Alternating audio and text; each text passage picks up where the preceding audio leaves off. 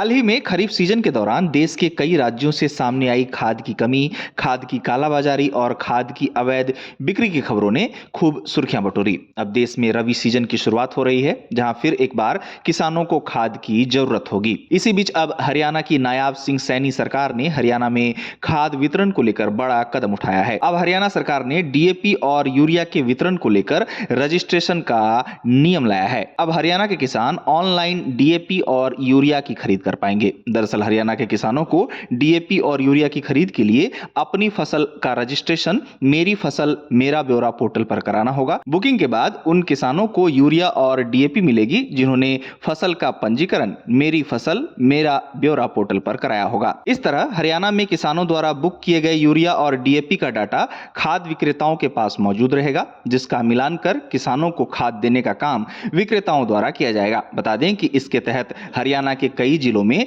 Urea और DAP की booking शुरू हो चुकी है। आशा जताई जा रही है कि इससे रबी सीजन में किसानों को खाद की कमी नहीं झेलनी होगी। साथ ही पात्र व्यक्ति के नाम पर दूसरा व्यक्ति उर्वरक सरकारी केंद्रों से नहीं ले पाएगा। हरियाणा में खाद की कमी की बात की जाए तो यहां कई क्षेत्रों में किसानों ने खाद की कमी की शिकायत की है। साथ ही शिकायत यह भी सामने आई है कि हरियाणा से जुड़े राजस्थान और उत्तर प्रदेश के जिलों के किसान भी अवैध तरीके से हरियाणा से खाद लेकर जा रहे हैं। अब इन शिकायतों के साथ ही खाद की कालाबाजारी पर नियंत्रण लगाने के लिए हरियाणा की नायाब सिंह सैनी सरकार ये व्यवस्था लेकर आई है। सरकार द्वारा यूरिया और डीएपी के वितरण को पारदर्शी बनाए रखने के लिए तय किया गया है कि खाद विक्रेता हर दिन के स्टॉक की जानकारी जिला कृषि अधिकारी के माध्यम से उपायुक्त को देंगे। हरियाणा में यूरिया और डीएपी के वितरण को लेकर सरकार ने साथ ही इस बात को भी स्पष्ट किया है कि किसानों को खाद का वितरण उनके पास मौजूद जमीन के हिसाब से ही किया जाएगा। बता दें कि हरियाणा में बड़ी मात्रा में रबी फसल की बुआई